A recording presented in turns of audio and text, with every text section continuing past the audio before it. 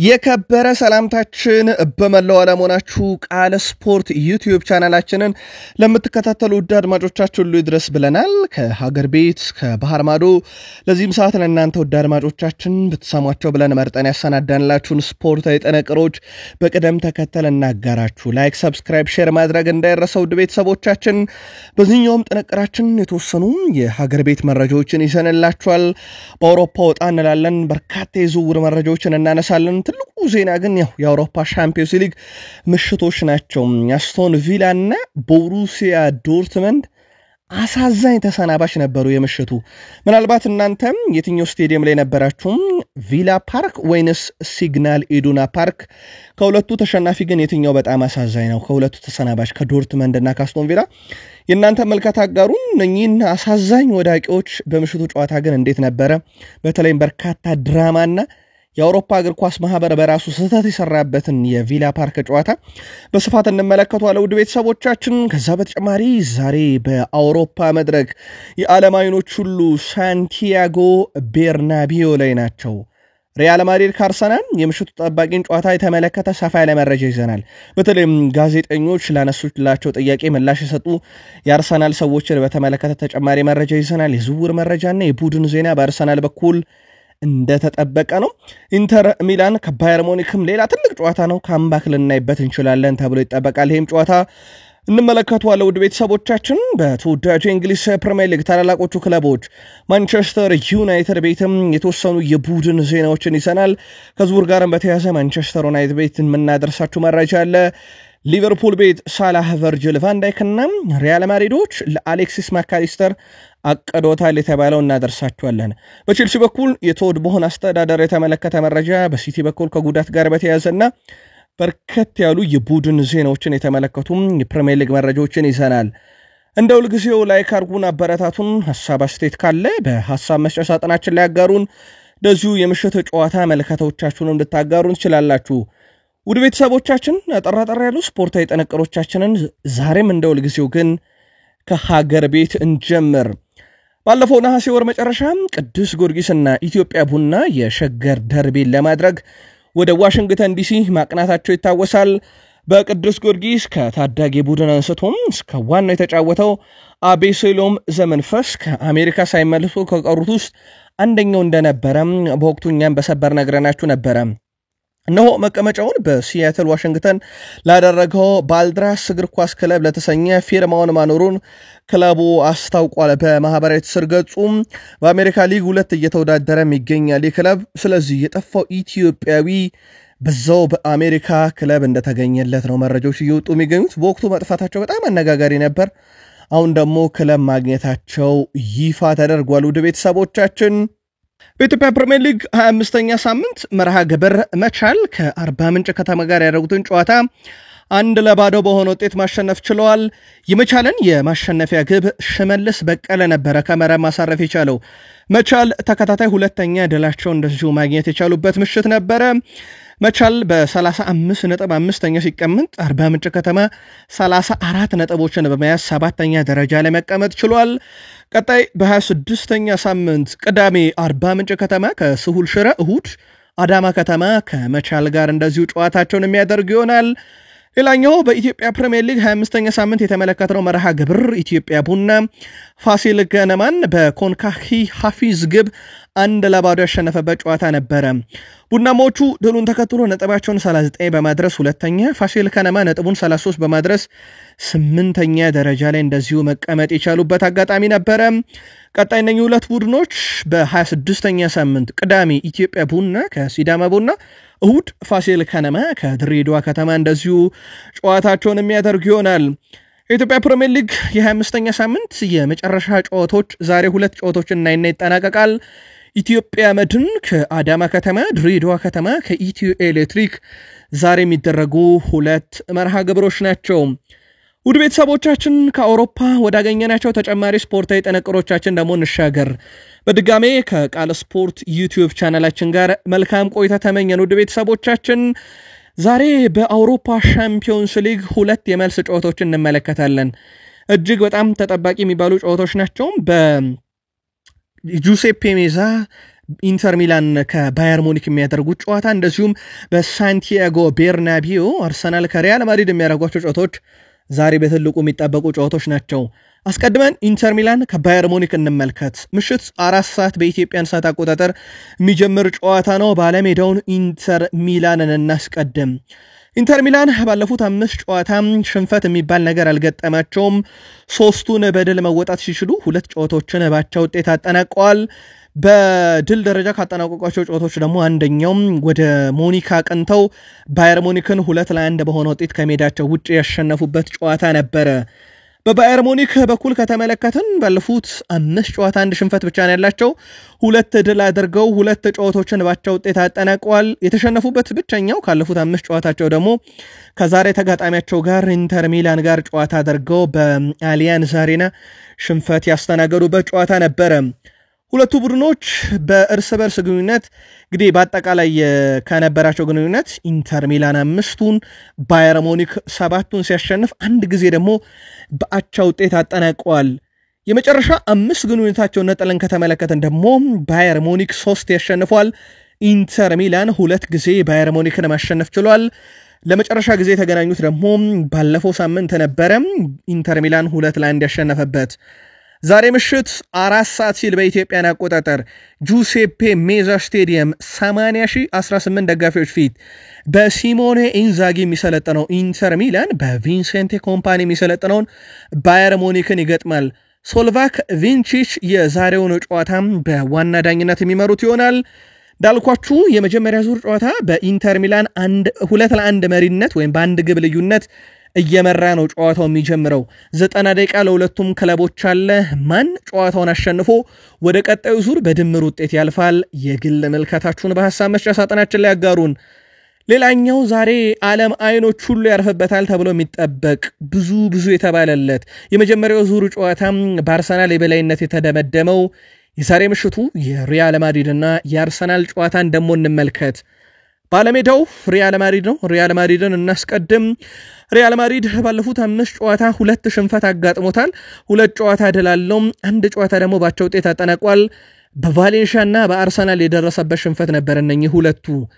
በተጋጣሚው አርሰናል በኩል ካየን አንድም ሽንፈት ባለፉት 5 ጨዋታ አርሰናል አላስተናገደም።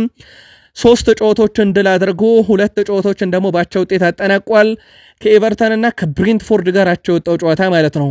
ሪያል ማድሪድን 3-0 ያሸነፈበት ደግሞ ከ5ቱ ያለመሸነፍ ጉዞ ውስጥ የሚጠቀሰው በተለይም በድል ደረጃ ነው።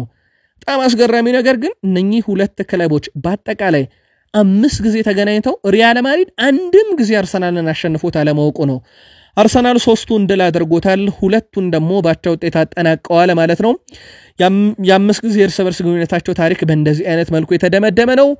እሱ ብቻ አይደለም ውድ ቤተሰቦቻችን አውሮፓ ሻምፒዮንስ ሊግ መድረክ እስከዛሬ ድረስ 3 ጊዜ ተገናኝተው በ3ቱም ጨዋታ ሪያል ማድሪድ አርሰናል ላይ ግብ አላስቆጠረበትም።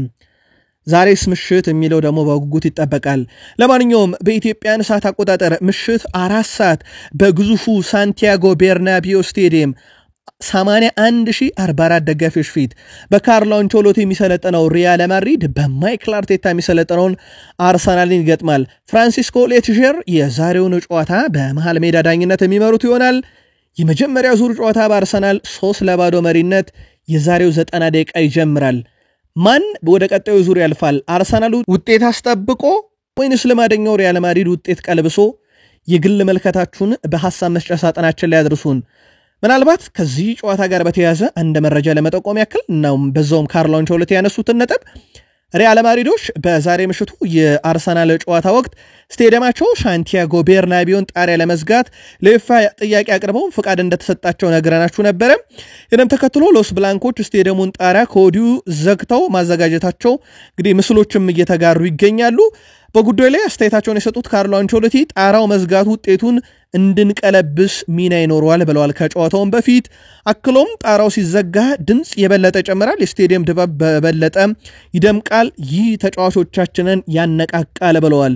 ለዚህም ስቴዲየሙን ከትላንትና ጀምሮ ዘግተውት እንደነበረ ነው በርካታ ምስሎች በማህበራዊ ትስስር ገጽ ላይ ሲጋሩኛም የተመለከትነው። ውድ ቤተሰቦቻችን ይህን ጨዋታ በተመለከተ ግን ተጨማሪ መረጃዎችን በእንግሊዝ ፕሪሚየር ሊግ የመረጃ ሰዓታችን በተለይም የአርሰናልን ዜና ስናደርሳችሁም በስፋት እንመለከተዋለን። የአርሰናል ደጋፊዎች በድጋሚ ከቃል ስፖርት ዩቲዩብ ቻናል ጋር እስከ ፕሮግራማችን ፍጻሜ ቆዩ። ዕለታዊ የቡድን ዜናም በአርሰናል በኩል እንደዚሁም እናደርሳችሁ ይሆናል። ምሽት ሁለት ጨዋታዎችን ተመለከትን። ሁለት አሳዛኝ ተሰናባቾችንም እንደዚሁ የተመለከትንበት አጋጣሚ ነበረ። ለማንኛውም ከሲግናል ኢዱና ፓርክ ስቴዲየም ጨዋታን ጀምር። ትላንትና ባርሴሎና ለመጀመሪያ ጊዜ በ2025 በተሸነፈበት ጨዋታ ቦሩሲያ ዶርትመንድ ባርሴሎናን 3-1 በሆነ ውጤት ድል ማድረግ ችሏል። ሶስቱንም የቦሩሲያ ዶርትመንድ የማሸነፊያ ግቦች ሴሪዮ ጉራሲ በ11ኛው ደቂቃ በፍጹም ቅጣት ምት እንደዚሁ በ49ኛው ደቂቃ ከረፍት በኋላና በ76ኛው ደቂቃ በጨዋታ ባስቆጠራቸው ሶስት ግቦች ሃትሪክ ሰርቶ ነው ቡድኑ አሸናፊ እንዲሆን ያደረገው። በ54ኛው ደቂቃ ላይ ቤኒሲያ ቢቢን በራሱ መረብ ላይ ግብ አስቆጥሮ ለባርሴሎና ከሽንፈት ያልታደገች ግን ከዜሮ የታደገች አንድ ግብ አስቆጥሯል።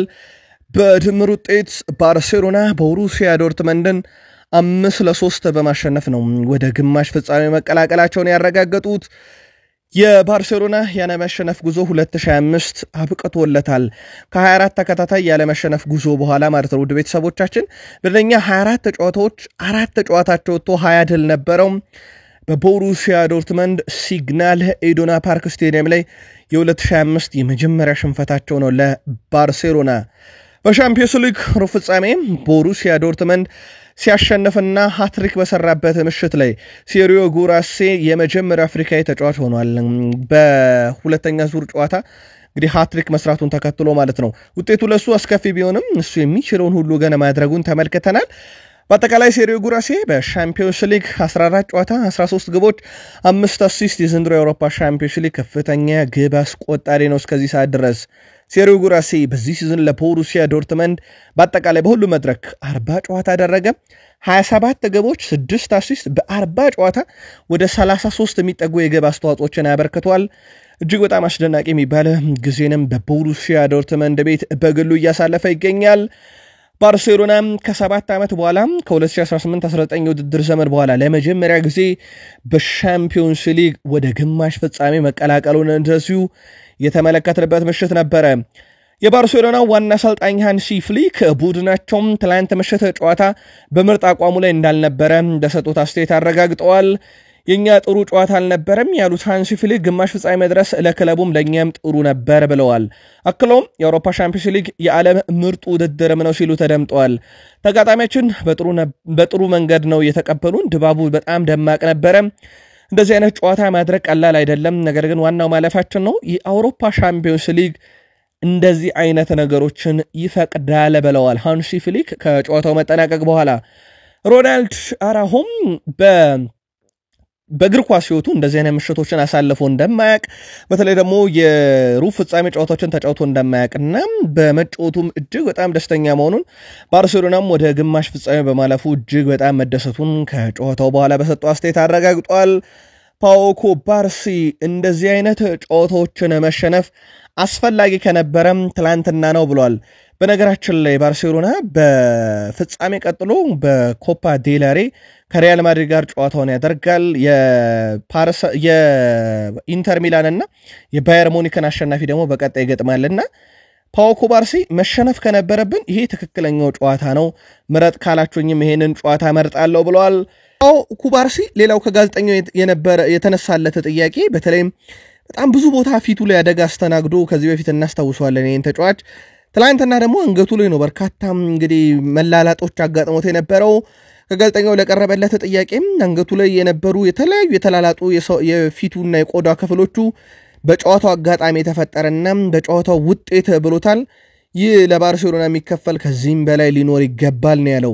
በጨዋታው ላይ ምርጥ እንቅስቃሴን ካደረጉ የባርሴሎና ተጫዋቾች አንደኛው ተጠቃሹ ፓውኮ ባርሲ ነበረ። እጅግ በጣም አስደናቂ ምሽት አሳልፏል። እንዳጠቃላይ የባርሴሎና የአማካይ ስፍራ ተጫዋች ዲዮንግ ከእስከዛሬ በዚህ ዓመት ካሳለፍናቸው እጅግ በጣም አስፈሪው ምሽት ብሎታል። ያው ውጤት ሊቀለበስባቸው ነበር እንደ ነገርየው የቦሩሲያ ዶርትመንድ አጀማመር ውጤት መቀልበስ በጣም ተቃርበው ነበር። ምናልባት ራሳቸው ላይ ያስቆጠሩት ግብ ቦሩሲያ ዶርትመንዶች በተወሰነ መንገድ ወደ ኋላ እንዲመለሱ አደረጋቸው እንጂ የሴሪዮ ጉራሲ የመጀመሪያ 3 ግቦች 4-3 እንዲደርስ አድርጎት ነበረ ጨዋታውንና ቦሩሲያ ዶርትመንድ በጣም የደረሰ መስሎ ነበረ። በኋላም ላይ ግን እንግዲህ 3-1 ብቻ ተጠናቋል። ዲዮንግ እጅግ በጣም አስፈሪው ምሽት ነበር ብሎታል። ሃንሲ ፍሊክ እዚህ ቡድን ውስጥ በርካታ የዛሉ እግሮች አሉ፣ አንደኛው ፔድሪ ነው ብለዋል። ፔድሪ በርካታ ጨዋታዎችን ተጫውተዋል። ለኛ በጣም አስፈላጊ ተጫዋቻችን ነበር። በአስፈላጊ ምሽቶቻችን ላይ ሁሉ ተገኝቶልናል። አሁን ግን ማረፍ ያለበት ሰዓት የደረሰ ይመስለኛል ብለዋል። ቡድናቸው እንዳጠቃላይ በዚህ ውድድር ዓመት ከደረጋቸው ጨዋታዎች በተለይም 2025 ከገባ በኋላ አብዛኛውን ከ15 በላይ የሚጠጉ የጨዋታ ኮከብ ተብሎ የተመረጠላቸው ፔድሪ እንደነበረ እናስታውሳለንና ምርጥ ጊዜን እያሳለፈ እንደሆነ ምንም ጥርጥር የለውም። ግን ተጫዋቹ አሁን ማረፍ ያለበትና ባርሴሎና በውሳኝ ጨዋታዎች ላይ የዚህን ተጫዋች ግልጋሎት ማግኘት ስላለበት በቀጣይ ጨዋታ እረፍት እንሰጠዋለን ብለዋል። በባርሴሎና ቡድን ውስጥ ግን በርካታ ወጣት ተጫዋቾች ስላሉ ሮቴት አድርጎ ለመጠቀም ብዙም የሚቸገረው አይመስልም። ጋቪም በሱ ቦታ ላይ ተጠቅመው ማጫወት ስለሚችሉ ጋቪ ኢንተር ወይንስ ባየር ሙኒክ በቀጣይ ተብሎ ተጠይቆ ነበረ። ስለማንም ግዳይ ሰጠኝም፣ እኔ አሁን የሚያሳስበኝ ነገር ክለቤ ባርሴሎና የአውሮፓ ሻምፒዮንስ ሊግ ባለቤት እንዲሆን ብቻ ነው። ተጋጣሚያችን ማንነቱ ትኩረት አላደርግበትም ብሏል። ሮበርት ሌዋንዶውስኪም ጨዋታውን በተመለከተ ጥሩ ትምህርት በተለይም ደግሞ ለወጣቶቹ ብሏል። የአውሮፓ ሻምፒዮንስ ሊግ ላይ ማሳለፍ ካለባቸው ምሽት አንደኛው ይሄ ነበረ። ታዳጊዎች ጥሩ ትምህርት ያገኙበት ጨዋታ ይመስለኛል ብለዋል። ለአውሮፓ ሻምፒዮንስ ሊግ ሁልጊዜም 90 ወይም 95% ብቻ ለመዘጋጀት ያለብህ የትኛውም የአውሮፓ ሻምፒዮንስ ሊግ ምሽት 100% ዝግጅት ይፈልጋል። 4-0 ብናሸነፍም ለዚህ ጨዋታ 100% መዘጋጀት ነበረብን። ዋናው ነገር ማለፋችን ነው፣ ግን ወጣቶቹ በደንብ እንደተማሩበት ተስፋ አደርጋለሁኝ ብለዋል ሮበርት ሌዋንዶውስኪ ከጨዋታው በኋላ በሰጠው ጋዜጣዊ መግለጫ። ባርሴሎናዎች አሁን በግማሽ ፍጻሜ መፋለማቸውን ተከትሎ ወይም ሩብ ፍጻሜ ማለፋቸውን ተከትሎ እጅግ በጣም ውድ የሆነ ለነሱ 15 ሚሊዮን ዩሮ ወደ ካዝናቸው ጨምረዋል። ይህም ታዲያ በወጪና ገቢ እየተሰቃየ ለሚገኘው ከላሊጋው ጋር በርካታ ሰጣ ገባው ስለገባው ባርሴሎና ትልቅ የሚባል ገንዘብ ነው። ሞንዶ ዲፖርቲቮም ባርሴሎና የገቡበትን የፋይናንስ ቀውስ ለመፍታት እጅግ በጣም ምርጥ አጋጣሚ ነበር ብሎታል። ወደ ግማሽ ፍጻሜ ማለፋቸውን እጅግ በጣም አሳዛኙ ወዳቂው ግን አስቶን ቪላ ስለመሆኑ በርካቶች አይጠራጠሩም። ባለፈው ሳምንት ምናልባት የኛን መረጃ ከተከታተላችሁ ከነበረን የፓርክ ደ ፕሪንሱን ጨዋታ ስናደርሳችሁ መሸነፉ ሳይሆን ለአስቶን ቪላ በጣም ከባዱ 92ኛው ደቂቃ ላይ በሜንዴሽ የተቆጠረበት ግብ ካላለፈ ምክንያት ይሆናል ብለናችሁ ነበር።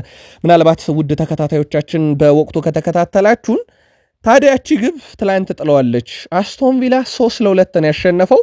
በእርግጥ ብዙ ድራማ ብዙ ትዕይንት ያየንበት ጨዋታ ነበረ። ጨዋታው ሲጀመር ሐኪሚና ሜንዴስ ባስቆጠሯቸው 2 ግቦች 11ኛውና 27ኛው ደቂቃ ማለት ነው ፓሪስ ሰን ዠርሜን ነገር ሁሉ ያበቃ እንዲመስል አድርጎት ነበረ። እስከ 27ኛው ደቂቃ ድረስ 2-0 ፓሪስ ሰን ዠርሜን መራ። 34ኛው ደቂቃ ላይ ዩሪ ቴሌማንስ፣ ከረፍት በኋላ 55ኛው ደቂቃ ላይ ማጊን፣ 57ኛው ደቂቃ ላይ ኮንሳ ባስቆጠሯቸው ግቦች 3-2 ውጤቱን አድርገውት ነበረ። አንድ ተጨማሪ ግብ ግን ያስፈልጋቸው ነበር። አስቶን ቪላን ብዙ ሞክረው ብዙ ታግለው ነገር ግን አልተሳካም።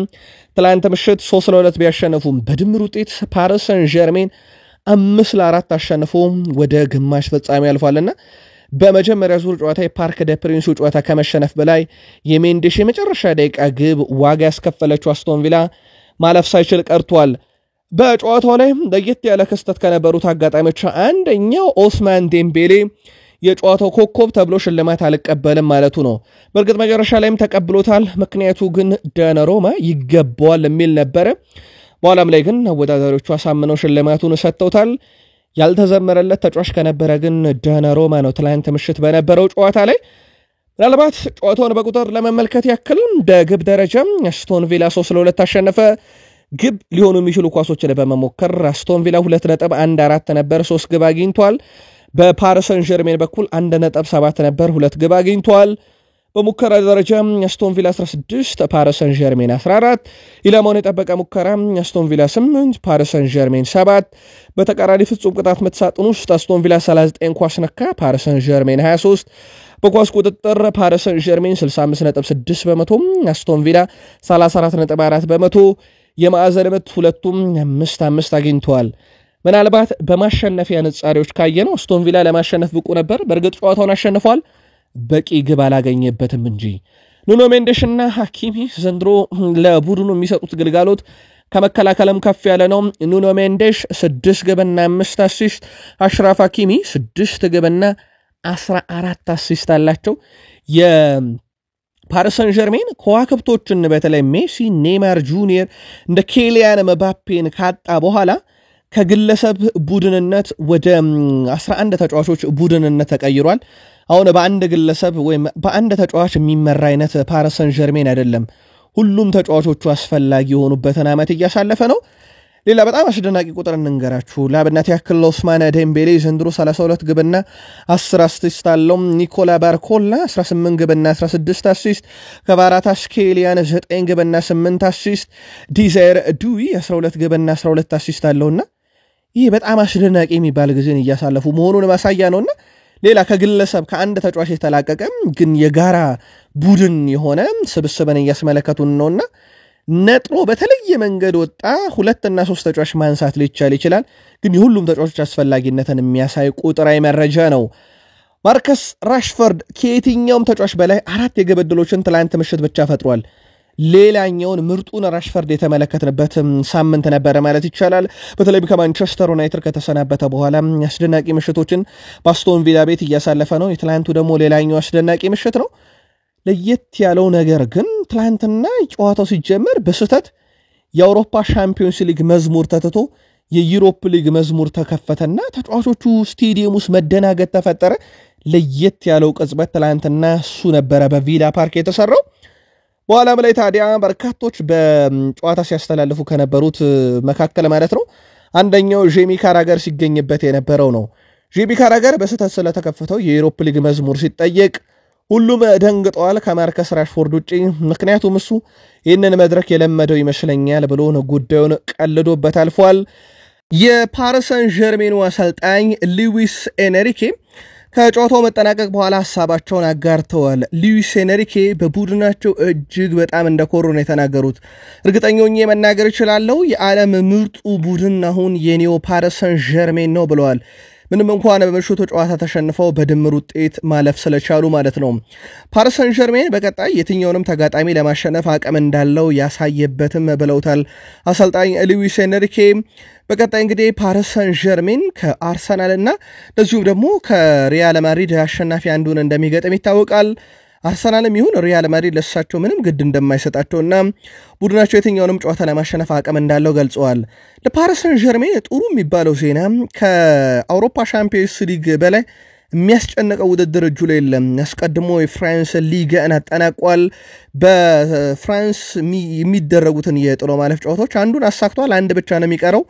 ብዙ የሚያስጨንቅ አይነት ጊዜ አይደለም ከዚህ በኋላ ለፓሪስ ሰን ዠርሜንና ቡድን የትኛውንም ጨዋታ ለመወጣት አሁን በስነ ልቦናም ደረጃ ጥሩ ጊዜ ላይ ይገኛል ብለዋል። ለማንኛውም ውድ ቤተሰቦቻችን በአውሮፓ ሻምፒዮንስ ሊግ 2 የግማሽ ፍጻሜ ተፋላሚ ቡድኖችን እናወቅን። በቀጣይም ደግሞ ዛሬ ምሽት በሚደረጉ ጨዋታዎች ሁለቱን ተጋጣሚ ቡድኖች የምንለይ ይሆናል። ለማንኛውም ዛሬ አርሰናል ከሪያል ማድሪድ አሸናፊ ከፓሪስ ሰን ዠርሜን፣ በቀጣይ ከኢንተር ሚላንና ከባየር ሙኒክ የዛሬ አሸናፊ ደግሞ ከባርሴሎና ጋር በግማሽ ፍጻሜ ተፋልመው ያሸነፈ ቡድን በቀጥታ እንግዲህ እርስ በርሳቸው ተገናኝተው ደግሞ ያሸነፈ ቡድን ለፍጻሜ ወደ ባየር ሙኒክ አሊያንዝ አሬና አቅንተው ጨዋታቸውን እንደዚሁ የሚያደርጉ ይሆናል። ሌሎች አጠር ያሉ ስፖርታዊ መረጃዎችን ማድረስ እንቀጥል። ተወዳጁን የእንግሊዝ ፕሪሚየር ሊግ መረጃ ከማንሳታችን በፊት ግን ሁለቱን አጥቂ ዝውውር እናንሳ። ዩቬንቱሶች ዲሳን ቬልሆቪችን የመሸጥ ጉዳይ አሁንም እንዳልሰረዙት ጋዜጣ ዴሎ ስፖርት አስነብቧል። 55 ሚሊዮን ዩሮ ቢለጥፉበትም በርካታ ፈላጊ ክለቦች ግን ከ45 ሚሊዮን ዩሮ በላይ መክፈል አይፈልጉም። በተለይም የተወዳጁ የእንግሊዝ ፕሪሚየር ሊግ በርካታ ክለቦች የተጫዋቹ ፈላጊ ሲሆኑ ነገር ግን በዩቬንቱስ የተለጠፈበትን ሂሳብ ለመክፈል ፈቃደኛ እንዳልሆኑ ጋዜጣ ዴሎ ስፖርት አስነብቧል። ሌላኛው በፕሪሚየር ሊግ ክለቦች በጥብቅ እየተፈለገ የሚገኘው ቪክተር ኦስሜን ሐሳቡን አጋርቷል። ስለኔ ብዙ አለባልታዎች አሉ፣ ሆኖም እኔ የማስበው ስለ ወቅታዊ ጉዳዮች ነው። ደጋፊዎች ሁልጊዜም ከጎኔ ስለሚሆኑ በጣም አመስገን አለብኝ። ትክክለኛው ጊዜ ሲደርስ ለሁላችንም የሚበጀውን ነገር እንወስናለን ብሏል። ንብረትነቱ የናፖሊ በውሰት ጋላታሳራይ እየተጫወተ ይገኛል። ቀጣይ ውድድር ዓመት በርካታ የፕሪሚየር ሊግ ክለቦች ፈላጊዎቹ ናቸው። ቀጣይ የሚበጀውን እንወስናለን ብለዋል። ውድ ቤተሰቦቻችን ቃል ስፖርት የዩቲዩብ ቻናላችንን እየተከታተላችሁ ትገኛላችሁ። ከሀገር ቤት እስከ ባህር ማዶ የተመራረጡ ስፖርታዊ ጥንቅሮችን እያጋራናችሁ እንገኛለን። ከተወዳጁ የእንግሊዝ ፕሪሚየር ሊግ ታላላቅ ክለቦች ወዳገኘናቸው ስፖርታዊ ጥንቅሮቻችን ደግሞ እንሻገር። እስከ ፕሮግራማችን ፍጻሜ በድጋሚ መልካም ቆይታ። ዛሬ በተወዳጁ የእንግሊዝ ፕሪሚየር ሊግ አንድ ጨዋታ እንመለከታለን። ያው የአውሮፓ ሻምፒዮንስ ሊግ ምሽት ቢሆንም በተስተካካይ መርሃ ግብር በተለይም በ29ኛ ሳምንት ሊደረግ የነበረና የቀረ ጨዋታ ነው። ኒውካስል ዩናይትድ በሴንት ጄምስ ፓርክ ስቴዲየም ከክሪስታል ፓላስ የሚያደርጉት ጨዋታ ነው። ምሽት 3:30 በኢትዮጵያን አቆጣጠር ይጀምራል ጨዋታው። ኤዲሃው ይሄንን ጨዋታ በአሰልጣኝነት አይመሩትም፣ ያው ህመም ላይ እንዳሉ ይታወቃል። ኒውካስል ዩናይትድ ባወጣው ይፋዊ መግለጫ 100% ወደ ጤናቸው ሳይመለሱ በምንም አይነት መንገድ ጨዋታ ሊመሩ የሜዳ ጠርዝ ላይ እንደማይቆሙ አረጋግጧል። ኒውካስል ዩናይትድ የዛሬውን ምሽት ጨዋታ የሚያሸንፍ ከሆነ ነጥቡን 59 በማድረስ ወደ 3ኛ ደረጃ ማደግ ይችላል። ኖቲንግሃም ፎረስትን ወደ 4 ዝቅ ያደርገዋል። ቀጣይ ውድድር ዓመት የአውሮፓ ሻምፒዮንስ ሊግ ትኬትን ለመቁረጥ 5ኛ ሆኖ መጨረስ ቢፈቅድም ነገር ግን የቀሩት ጨዋታዎች ብዙ ድራማ ብዙ ትዕይንት ሊያሳዩ ይችላሉና ኒውካስል ዩናይትድ የአውሮፓ ሻምፒዮንስ ሊግ ትኬትን ለመቁረጥና ለመደላደል ትክክለኛው ምሽት ይመስላል። ለማንኛውም ጨዋታው ምሽት 3:30 ሲል የሚጀምር ይሆናል። በበርካታ የፕሪሚየር ሊግ ክለቦች ይፈለጋል ሊያም ዴላፕ፣ ዋነኛው ደግሞ ማንቸስተር ዩናይትድ ነው። ዴሊ ኤክስፕረስ ይዞት በወጣው መረጃ መሰረት ሊያም ዴላፕ ምናልባትም ቀጣይ ውድድር ዓመት ኢፕስዊች ታውንን የሚለቅ ከሆነ መዳረሻው የአውሮፓ መድረክ የሚሳተፍ ክለብ ሊሆን እንደሚችል አስነብቧል። ይህ ለዩናይትድ ጥሩ የሚባል ዜና አይደለም። ምናልባትም ዩናይትድ የአውሮፓ ሻምፒዮንስ ሊግ ትኬትን የማይቆርጥ ከሆነም አማራጩ ደግሞ ኤሮፕ ሊግ እንዳለ ይታወቃል። በማንቸስተር ሲቲ በኩል ኤደርሰን ሞራይስ ጉዳት ማስተናገዱን ተከትሎ ለሳምንታት ወደ ሜዳ እንደማይመለስ ተረጋግጧል። ስለዚህ ማንቸስተር ሲቲ በቀጣይ በፕሪሚየር ሊግ የሚያደርገው ጨዋታ የኤደርሰን ሞራሌስን ግልጋሎት እንደማያገኝና ስቴቨን ኦርቴጋ በግብ ጠባቂነት እንደሚሰለፍ ጆሴፍ ፔፕ ጋርዲዮላ ያረጋግጠዋል። መቼ ይመለሳል በሚለው ጉዳይ ላይ ግን አሁንም እርግጥ የሆነ ነገር የለም። ቼልሲዎች 400 ሚሊዮን ዩሮ ባለፉት ሁለት የዝውውር መስኮት በቅርቡ በተዘጋው የጥርና ባለፈው ክረምት የዝውውር መስኮት ላይ ማለት ነው 400 ሚሊዮን ዩሮ በኤጀንቶች በኩል ክፍያ ፈጽሟል ለዝውውር ማለት ነው። ይህም በእንግሊዝ ፕሪሚየር ሊግ ክለቦች ውስጥ አንድም ክለብ በዚህን ያክል ደረጃ ለወኪሎች ገንዘብ አልከፈለም። ምናልባት ግን ይህን አለስ ገንዘብ ለወኪል ከፍሎ በርካታ ረብጣ ብሮችን ከቢሊዮን ዶላር በላይ ባለፉት 3 እና 4 ዓመታት ውስጥ አውጥቶ ቼልሲ ዋንጫን ማንሳት በጣም ተስኖታል። 1-2 በፕሪሚየር ሊጉ ራሱ የአውሮፓ ሻምፒዮንስ ሊግ ትኬትን መቁረጥ በጣም የቸገረው ክለብ ሆኗል። በቶድ ቦህ አስተዳደር ስር ግን ገንዘብ ማውጣት ያልታከተው ቼልሲ መፍትሄው ምንድነው ብላችሁ ታስባላችሁ? በርካቶች ክለባችን ተጫዋች አይገዛም፣ ወጪ አያደርግም፣ እናም ለመፎካከር የተቸገርነው በባለቤቶቹ ምክንያት ነው ይላሉ። የቶድ ቦህ አስተዳደር ግን ለወኪሎች ብቻ ወይም ለኤጀንቶች 400 ሚሊዮን ዩሮ የከፈለ ነው። ታዲያ ችግሩ ምን ላይ ነው ብላችሁ ታስባላችሁ? ሰማዮቹ አጋሩን። ሪያል ማድሪዶች በቀጣይ ለአሌክሲስ ማካሊስተር ይፋዊ ጥያቄ የሚያቀርቡ ከሆነ ምናልባት ሊቨርፑል ጥያቄያቸውን እንዲቀበል የተጫዋችም አብሮ ከዝውውር ጋር የተጫዋች አካል ማድረግ የሚፈልጉት ካለ ሊያደርጉ ፍቃደኛ ሊሆኑ ይችላሉ ተብሏል። በተለይም ስፖርት የተባለው የስፔኑ ጋዜጣ እንዳስነበበው ከሆነ በበርካታ የፕሪሚየር ሊግ ክለቦች የሚፈለገው አርዳ ጉለር የዚህ የዝውውር አካልም ሊደረግ ይችላል ተብሎ ይጠበቃል። አሌክሲስ ማካሊስተር ዘንድሮ በሊቨርፑል ቤት ብዙ ያልተዘመረለት፣ ምክንያቱም ሳላ ብዙ ነገር ሊቨርፑል ቤት ከልሏል። አንደኛው አሌክሲስ ማካሊስተር ነው። አባቱ ለሊቨርፑል ክብር አለን፣ አሁን የሊቨርፑል ተጫዋች ነው ብለዋል። ሪያል ማድሪድ ፍላጎት እንዳለውም ታውቋል። በቀጣይ ምን አይነት እንቅስቃሴ ያደርጋል የሚለው ደግሞ የሚጠበቅ ነው የሚሆነው።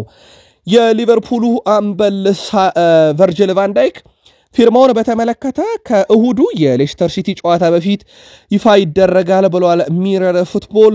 እንዳስነበበውም ከሆነ ሚረር ፉትቦል የሳላህን ኮንትራክት በቅርቡ አራዝመው ይፋ ያደረጉት ሊቨርፑሎች በቀጣይ እንደዚህ ሳምንት መጨረሻ ከሚደረገው የሌስተር ሲቲ ጨዋታን በፊት የቫን ዳይክን እንሰማለን ብለዋል።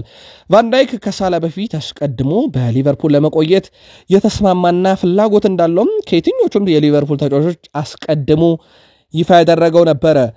ሳላን በተመለከተ ግን ውድ ቤተሰቦቻችን ምናልባት ሳላ የሳውዲን ፕሮጀክት ቢቀበል ኖሮ በ2 ዓመታት ውስጥ 500 ሚሊዮን ዩሮ ወደ ካዝና ያስገባ ነበር በሊቨርፑል በመቆየቱ ምክንያት ግን ሊያስገባ የሚችለው 40 ሚሊዮን ዩሮ ብቻ ነው በሚቀጥሉት 2 ዓመታት ውስጥ ልብ አድርጉ የ460 ሚሊዮን ዩሮ ልዩነት አለ በደሞዙ መሃል ይሄን የሚያክል ገንዘብ ውድቅ አድርጎ ሊቨርፑልን መርጧል አንዳንድ ጊዜ እግር ኳስ ከገንዘብ ይበልጣል ሲባል ልክ እንደማሳያ ቁጥር ተደርጎ ሊያዝ የሚችል ትልቅ ገንዘብ ነው ምናልባት ቪኒሺየስ ጁኒየርም የሳውዲን ፕሮጀክት ካልተቀበለ 1 ቢሊዮን ዩሮ ነው የማይቀበለው ወደ ቤተሰቦቻችንና ምናልባት የሳላም እጅግ በጣም ትልቅ የሚባል ገንዘብ ነው ውድቅ አድርጎ ሊቨርፑልን የመረጠው ዋይኒ ማርክ ሩኒ የቀድሞ የማንቸስተር ዩናይትድ ሌጀንድ ራሽፈርድ ወደ ማንቸስተር ዩናይትድ ተመልሶ በአስቶን ቪላ ከፓሪስ ሰን ዠርሜን ጋር እንዳደረገውና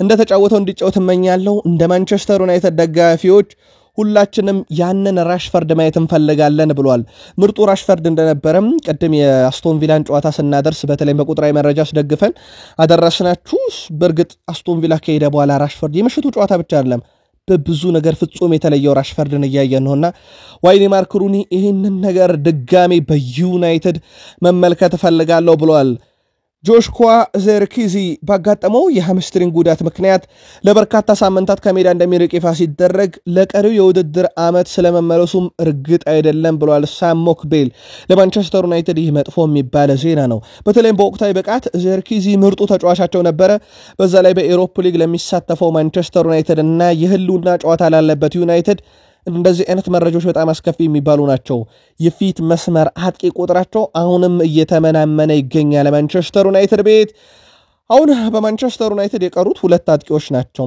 እሱም ራስመስ ሆይሉንድና አሌሃንድሮ ጋርናቾና ምርጫ እንኳን የላቸውም በማንቸስተር ዩናይትድ በኩል ቾዶቢ ማርቲን በኤሮፓ ሊግ ያልተመዘገበ ተጫዋቻቸው መሆኑን ተከትሎ አያጫውቱትም ምናልባት ብሩኖ ፈርናንዴስ ወደ ሐሰተኛ የፊት መስመር ተጫዋችነት ሊቀየር ይችላል ምናልባት አንዱን የቀኝ ክንፉን በተለይ ይዞ ሊጫወት የሚችልበት አጋጣሚ ሊፈጠር ይችላል በሐሙሱ ምሽት ጨዋታ ላይ የዘርኪዚ ያለመኖር ግን ለማንቸስተር ዩናይትድ ጉዳት ስለመሆኑ ምንም ጥርጥር የለውም ምንም እንኳን የተለያዩ የአውሮፓና የሳውዲ ክለቦች ስማቸው ከአንድሬ ኦናና ጋር ቢያያዝና ፍላጎት ቢኖራቸውም ግብ ጠባቂው አንድሬ ኦናና ግን አሁንም በማንቸስተር ዩናይትድ ቤት መቆየትን ምርጫው ያደርጋል ምናልባት ራሱን አሻሽሎም ቋሚ አንድ መሆኑን ማስጠበቅ እንጂ መልቀቅንም ላያለም ይችላል ተብሏል አዲስ ግብ ጠባቂ ማንቸስተር ዩናይትድ እንኳን ወደ ቡድኑ ቢያመጣ በርግጥ ማንቸስተር ዩናይትድ በቀጣይ ክረምት በርካታ ዝውውሮችን ያደርጋል ተብሎ ይጠበቃል እንደ ኤሪክ ቴን ሃግ አይነት ዘመን ያሳልፋሉ የሚለው ግን ሌላ ጥያቄ ነው ኤሪክ ቴን ሃግ 85.4 ሚሊዮን ዩሮ ለአንቶኒ 72 ሚሊዮን ዩሮ ለራስመስ ሆይሉንድ 70 ሚሊዮን ዩሮ ለካዜሜሮ 60 ሚሊዮን ዩሮ ለሜሰን ማውንት 58.9 ሚሊዮን ዩሮ ለሌኒየሮ 56.7 ሚሊዮን ዩሮ ለሌሳንድሮ ማርቲኔዝ ለኡጋርቴ 50.7 ሚሊዮን ዩሮ ለአንድሬ ኦናና 47.2 ሚሊዮን ዩሮ እያለ ይቀጥላልና ረብጣ ብሮች ተመደቦላቸው እሳቸው ዝውውር ፈጽመዋል ለአሁኑ አሰልጣኝ ሩበን አሞሪም እስከ 200 ሚሊዮን ዩሮ በቀጥታና ከተጫዋች ሽያጭ የሚገኝ ገንዘብ እንደተመደበለት ይታወቃል ሰሞኑን አስደናቂ ጊዜን እያሳለፈ የሚገኘው ስኮት ማክቶሚኔ ብዙ ነገሮችን ስለ ዩናይትድ ሲል ነበር አሁን ደግሞ የማንቸስተር ዩናይትዱ አምበል ብሩኖ ፈርናንዴዝ ማክቶሚኔ እያሳለፈ የሚገኘው ጥሩ ጊዜ ለሱ ይገባዋል ብሏል የቀድሞ የቡድን አጋሩ ነው ማክቶሚኔ ግን ለዩናይትድ የሚያስቆጭ ተጫዋች አይደለም ወይ መልከታችሁ ነው ዩናይትዳውያን አጋሩን የሰሜን ለንደኑ ክለብ አርሰናል ዛሬ ከሪያል ማድሪድ ጋር በሚያደርገው ወሳኝ ጨዋታ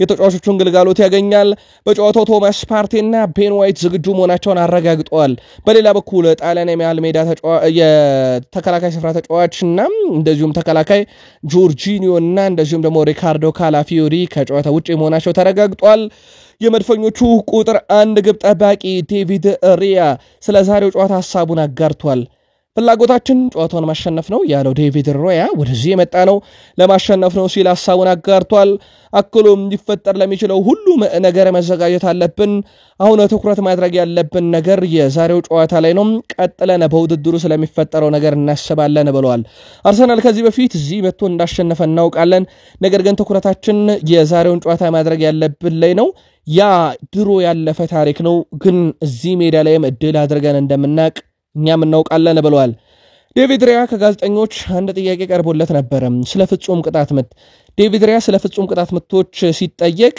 ያ በሜዳ ላይ ይሆናል እዚህ ላይ ምንም የምናገረው ነገር የለም ብሏል ምንም ፍርሃት ስሜትም የለም ወደዚህ የመጣ ነው ለማሸነፍ ስለሆነም ብሏል በመጀመሪያ ጨዋታ ያሳየነው እንቅስቃሴም በቤርናቢዮ እንደግመዋለን የራሳችንንም አዲስ ታሪክ እንጽፋለን ብሏል ከጋዜጠኞች ግን አንድ ጥያቄ ቀርቦለት ነበር በቤርናቢዮ በረኞች ብዙ ስህተት ይሰራሉ ተብሎ ሲጠየቅ የኔ ትኩረት ጨዋታ ላይ ነው የሚፈጠረውን አብረን ብናይ ይሻላል ብሎ ጉዳዩን ሳይመለስላቸው ለጋዜጠኞቹም አጠናቆቷል የመድፈኞቹ ዋና አሰልጣኝ ማይክል አርቴታ ቡድናቸው ሪያል ማድሪድን ማሰናበት እንደሚችል ተናግረዋል ከጨዋታው በፊት በሰጡት ጋዜጣዊ መግለጫ ጨዋታ መቀልበስ የሪያል ማድሪድ አንድ አካል ነው ስለዚህ ያንን ነገር ማውራት መብት አላቸው ብለዋል እኛ ዛሬ የምናስበው ደፋር መሆንና ጨዋታውን ተቆጣጥረን መጫወት ስለማሸነፍም ነው ብለዋል በጨዋታው ከነሱ በላይ መሆን እንደምንችልና ጨዋታውን እንደምናሸነፍ ማመን ያለብን ጨዋታውን እኛ ወደምንፈልገው ደረጃ ማድረስ እንጥራለን ብለዋል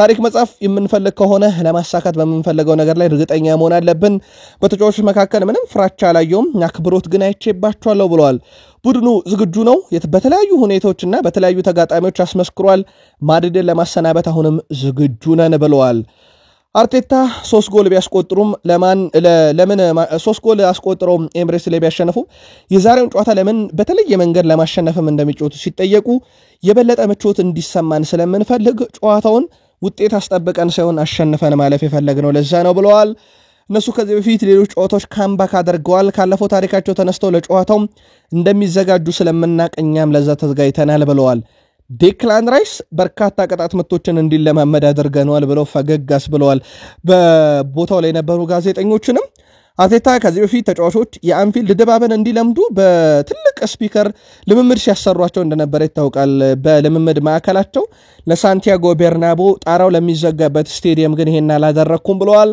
አርቴታ የመለያ ዓመት ዝግጅት እንዳደረጉ ሲጠየቁ ለሪያል ማድሪድ ጨዋታ ሳይሆን በልምምድ ወቅት የልምምዳችን አንድ አካል ነው ፍጹም ቅጣት ምት ለማመድና ለሪያል ማድሪድ ብለን በተለየ መንገድ የሰራነው ልምምድ የለም ብለዋል በጨዋታው ላይ በመከላከል ስፍራ የሚጠበቀውን ኪዮር ነው ራያ እምነት አለኝ ብሏል እንግዲህ በራያና በዚህ ተጫዋች ኪዮር እንደዚሁም ደሳሊባ አማካኝነት ግቡን ይጠበቃሉ ተብሎ ይጠበቃል ፊት ለፊት የሚገኙት ከሪያል ማድሪድ አጥቂዎች ጋር እነሱ ነው የክንፍ ተጫዋቾቻቸው እንዳሉ ሆኖ ኪዮር በመጀመሪያ ጨዋታ ባሳየው እንቅስቃሴ አልተገረምኩም ምክንያቱም ትልቅ አቅም እንዳለው አውቃለሁኝ አሁንም የማጋሌሽን ቦታ ተክቶ በደንብ ጨዋታውን ይወጣዋል ብለዋል ካርሎ አንቸሎቲ ጨዋታውን ከመጀመሪያ ፊሽካ ጀምሮ ጠብቁት ብለዋል በርካታዎች ካምባክ እናሳይበታለን ባሉት የማድሪድ ሰዎች ጨዋታው ካምባክ ይኖረዋል ወይ ምሽት 4 ሰዓት የምንመለከተው ጨዋታ ነው ውድ ቤተሰቦቻችን ግን የግል መልከታችሁን አጋሩን ኢንተር ሚላን በጁሴፔ ሜዛ ከባየር ሙኒክ ምሽት 4 ሰዓት ሪያል ማድሪድ ከአርሰናል በሳንቲያጎ ቤርናቢዮ ምሽት 4 ሰዓት ይደረጋል በፕሪሚየር ሊጉ ኒውካስል ዩናይትድ ከፓላስ ሌላኛው ጨዋታ ነው በኢትዮጵያ ፕሪሚየር ሊግ የ25ኛ ሳምንት የመጨረሻ ጨዋታ ኢትዮጵያ መድን ከአዳማ ድሬዳዋ ከተማ ከኢትዮ ኤሌክትሪክ ጨዋታቸውን ዛሬ ያደርጋሉ ቃል ስፖርት ዩቲዩብ ቻናላችን ደግሞ ከሀገር ቤት እስከ ባህር ማዶ ለዚህ ሰዓት እናንተ ውድ አድማጮቻችን በተሰማቸው ብለን መርጠን ያሰናዳንላችሁ ስፖርታዊ ጥንቅሮቻችን ነኝን ይመስሉ ነበር ከጥቂት ደቂቃዎች በኋላ እናንተ ውድ አድማጮቻችን በተሰማቸው ብለን የመራረጥናቸውን ተጨማሪ መረጃዎች ይዘን እንመጣለን ላይክ አድርጉ ሰብስክራይብ አድርጋችሁን ጠብቁን የደውል ምልክቷን መጫን እንዳይረሳ የዛሬ ጨዋታ ግን ማን ያሸንፋል ካንባክስ እናይበታለን ወይ ሐሳባችሁን አጋሩን ሰናይ ቀን ይሁንላችሁ